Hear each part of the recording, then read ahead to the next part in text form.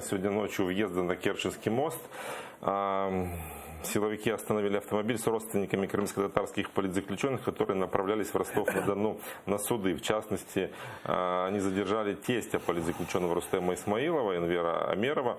Его увезли в отделение полиции Керчи. И вот, как нам стало известно, ему там стало нехорошо. И с нами на связи сейчас дочь задержанного и жена политзаключенного Рустема Исмаилова, Фатьма Исмаилова. Доброе утро, Фатьма. Да, доброе утро. А расскажите, пожалуйста, подробности, что произошло.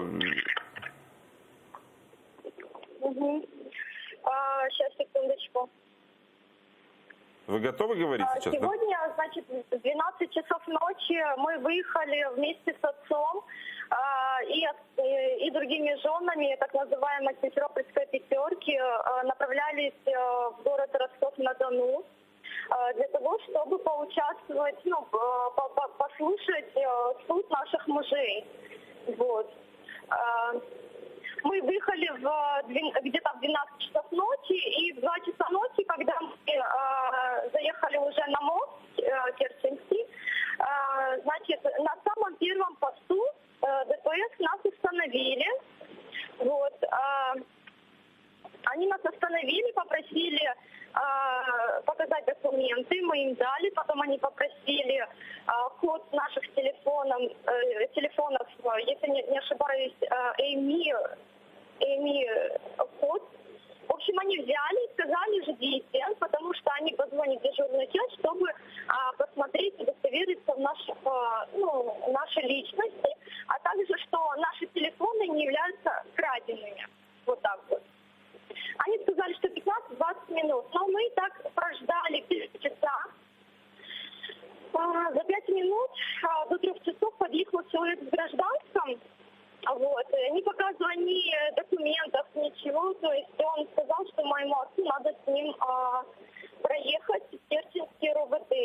На наши вопросы, кто вы, покажите свои документы и почему мой отец должен, на каком основании ехать, он сказал, я вам там все расскажу, потому что я не взял с собой документы и так далее. Сказал, что он Сергей Сергеевич и все на этом.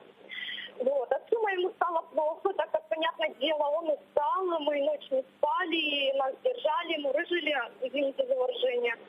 Вот. Ему очень сильно стало плохо, схватило сердце. Вот. Я вызвала скорую через 5 минут очень быстро, благо подъехала. Вот. Они сказали, что у отца сильно повысилось, давление артериальное. Он сам у нас гипотоник, у него 90 на 60, но у него 140. И сами нет брат скорой помощи сказал, что для него это сильно высокое давление, ему очень плохо, и сделали несколько уколов 5. Вот. И сказали ему, нужен покой и лежачее положение. Вот. Вот этот человек в гражданском все равно настаивал на том, чтобы мой отец проехался вместе с ними, якобы он не задерживает моего отца, вот, а приглашает его проехаться в РОВД Керчь. Я говорю, я сама его отвезу, вы скажите адрес, я его отвезу. Они говорят, нет. И в то же время ни документов никаких они не показывали. И сказали мне такую фразу, если ты нам будешь мешать, мы возьмем наручники и пристегнем тебя к генератору. Там генератор был рядом с их частью. Я говорю, что вы говорите и смеете говорить о таком, я не собираюсь ни на кого кидаться и так далее. Я говорю, не смейте мне говорить такие вещи. Я говорю, я хочу по закону, вот так как мы живем в правовом государстве вроде бы. Он сказал, да, в правовом, но мне можно все. Вот так вот. В итоге они забрали в таком состоянии моего отца, якобы увезли в Керченский РОВД. Я поехала за ними. Но они так быстро ехали, что я не следила, но по навигатору нашла. В дежурной части мне сказали, что такой не поступал к ним. Ищите, может, в Симферополе. Вот. И теперь мы не знаем, где он находится. Я позвонила адвокатам, чтобы они помогли мне в этом. И сейчас вот ждем. Также я узнала, что проходил в этот момент область у отца по адресу, это Белогорск Шевченко, 45. брата, он на соседней улице живет. И на данный момент идет обыск моего брата. Так и сейчас обыск у вашего отца дома тоже, да, произошел?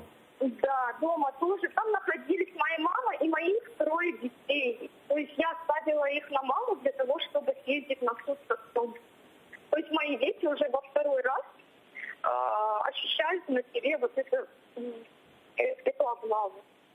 Вам удалось связаться с адвокатом, узнать, где сейчас ваш отец? Что с ним? Я созвонилась с нашим личным адвокатом, с адвокатом моего мужа, это Мамед Мамбетов. Он сказал, что постарается найти свободного адвоката, дабы они разыскали, где находится мой отец. Вот. Так как Мамед Мамбетов сейчас направляется в просрок по судам моего мужа и сентябрьской так называемой пятерки. А есть информация, на каком основании идет обыск? С какими-то документами они пришли? Что-то они ищут? не говорят, маму к обыску не подпускают к брату. С мамой я еще не разговаривала, так как я направляюсь в Керчи, в Белогорск. Я еду сейчас. Я хочу очень успеть на обыск хотя бы моего брата и все разузнать уже лично. Вот. А как вы это объясняете? Я также не знаю. Как вы это объясняете? Из-за чего это произошло? Как вы думаете? Ой, мы посмотрели интернет, конечно, мы увидели, что сейчас облавы по всему Крыму, это Алушта, Каменка, Белогорск, Изобильная, где-то еще Строгановка. Вот. И я это связываю не иначе, как с давлением на активистов, давлением на крымских татар. Практически я не знаю, что они хотят. Они хотят, наверное, чтобы все поуезжали, может быть, из Крыма. Что они хотят, я не знаю. Вот. Это репрессии, не иначе. Как наших раньше дедушек, бабушек насильно депортировали в 44-м, а теперь вот сажают в тюрьмы. Просто в тюрьмы, ни за что, ни про что. Они сказали, что найдется за что посадить. Я говорю, на каком основании вы забираете?